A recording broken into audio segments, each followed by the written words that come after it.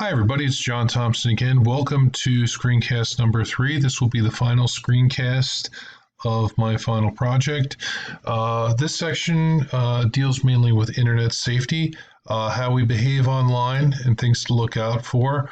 I start off again with a warm-up activity. We have project links here again. I go right into digital citizenship.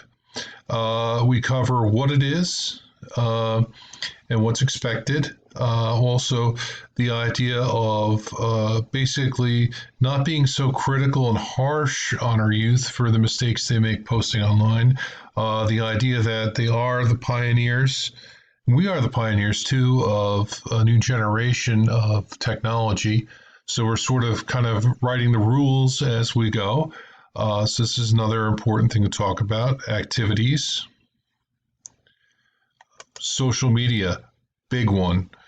This is something that, unfortunately, what you post online, if you post something inappropriate, basically, or at work, can interfere with productivity at work. Employers don't like that. A lot of them will block social media like Facebook, or other times too, maybe you'll say something about a company online that you shouldn't, and it may get back to somebody and cost you your job.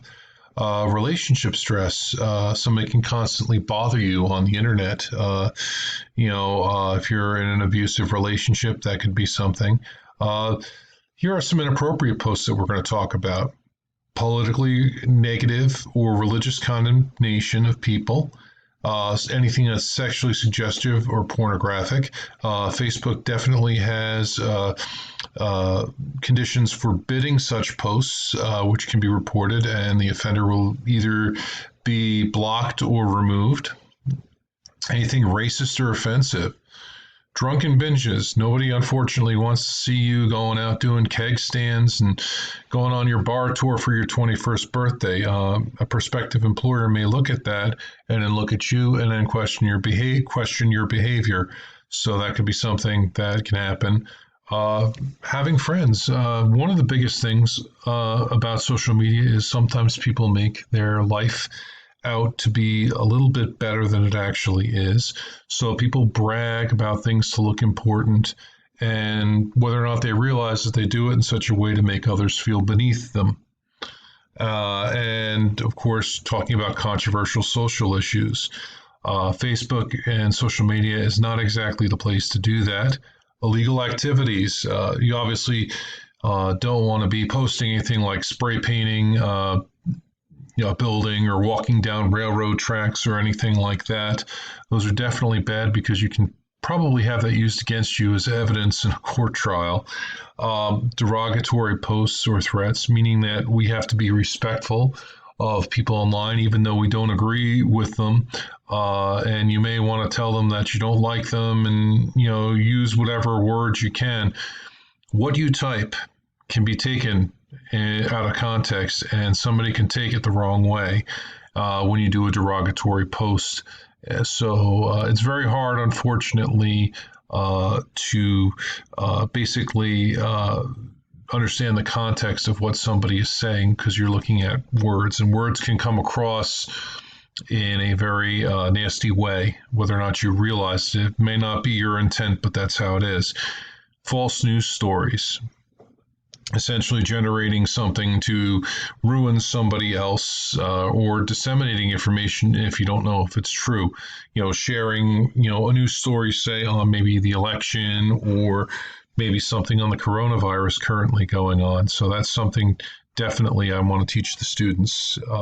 And we talk about then other issues, like what exactly is happening when people use social media and how people use it to evaluate themselves and their sense of self-worth, and how basically it is making us unsocial. We're sitting in front of a screen instead of actually having an interactive conversation. We talk about here, we should talk about, personal business marketing.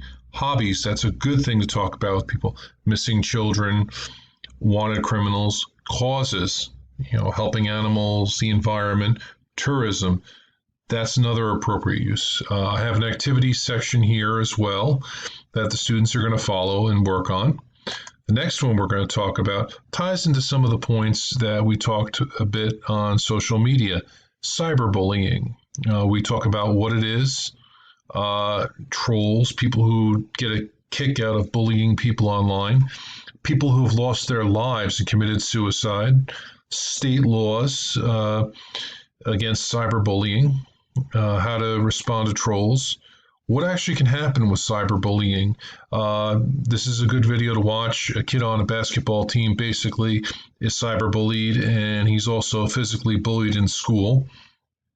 And we talk about accountability and responsibility, how we have to be responsible for our behavior on the internet. Activities here, we're going to again talk more about it. How, if anybody had been bullied, how did it make them feel? What are ways you could deal with it? And basically talking about victims of cyberbullying. So that's basically the extent of these activities, just to basically get an idea of what it is and how it ties again back to the main concept of digital citizenship. Online data security, very important. What types of sites you can go to, being careful what you download, software and spyware called malware that can disable or damage your computer, steal your information, or intentionally disrupt your website function. So we talk about that ransomware, paying money for your data, basically. Somebody holds your computer hostage and your data's hostage, and when they pay the ransom, you get the data back. Breaches, big news again, like Facebook being the subject of data breaches, where your information is supposed to be kept confidential, but a hacker has gotten access to it. Activities, and again, defining the types of malware that go into a computer. Identity theft prevention. This can't be stated enough. I talk about Frank Abagnale, a master identity thief who now works for the FBI. Phishing scams. Skimmers, basically stealing your information at a point of sale. Things you can do to prevent identity theft, and ways that you can be vigilant.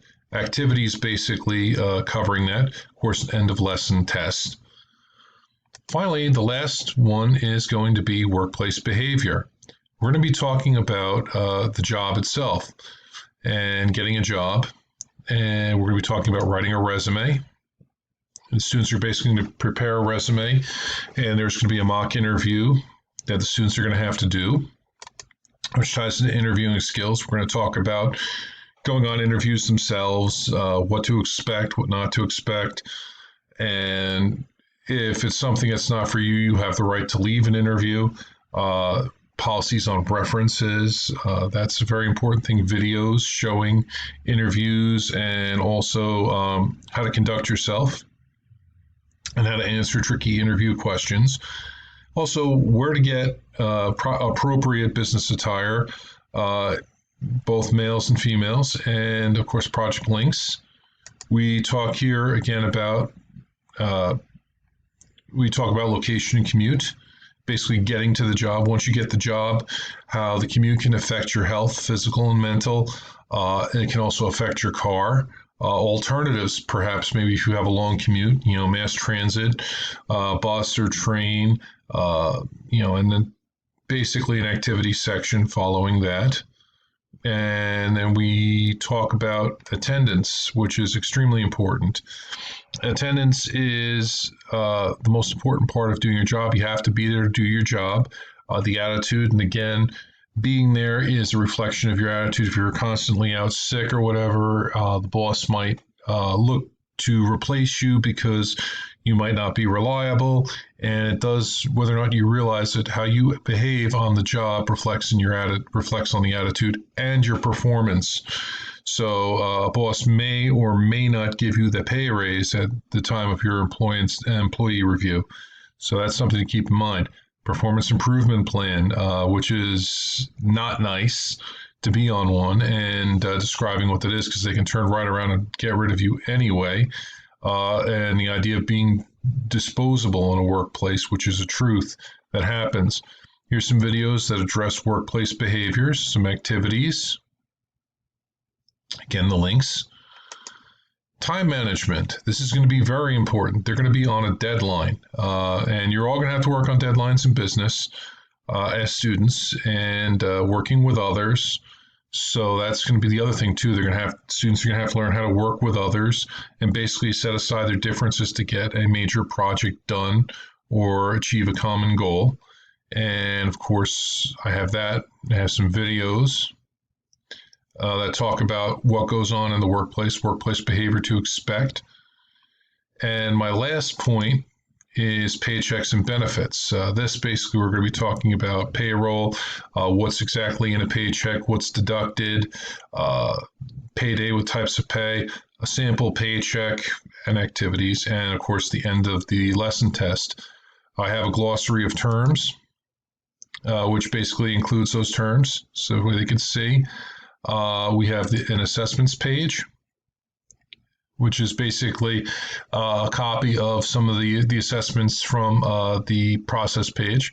I have a conclusion page, which is basically telling them what they've done, a teacher's page, and I also have a credits page. Now, the credits page is important because basically I used so many resources for this project, I had to set them up according to lessons. So I have all the material pertaining to lesson one, and the introduction, brain business lesson one are on one web page. Lesson two is on another, 3, 4, 5, 6, and of course my images are on another web page as well. I did this to try to make it easier to look back at the sources when going through the project. So this then pretty much brings me to the end of video 3. Thank you very much for your time.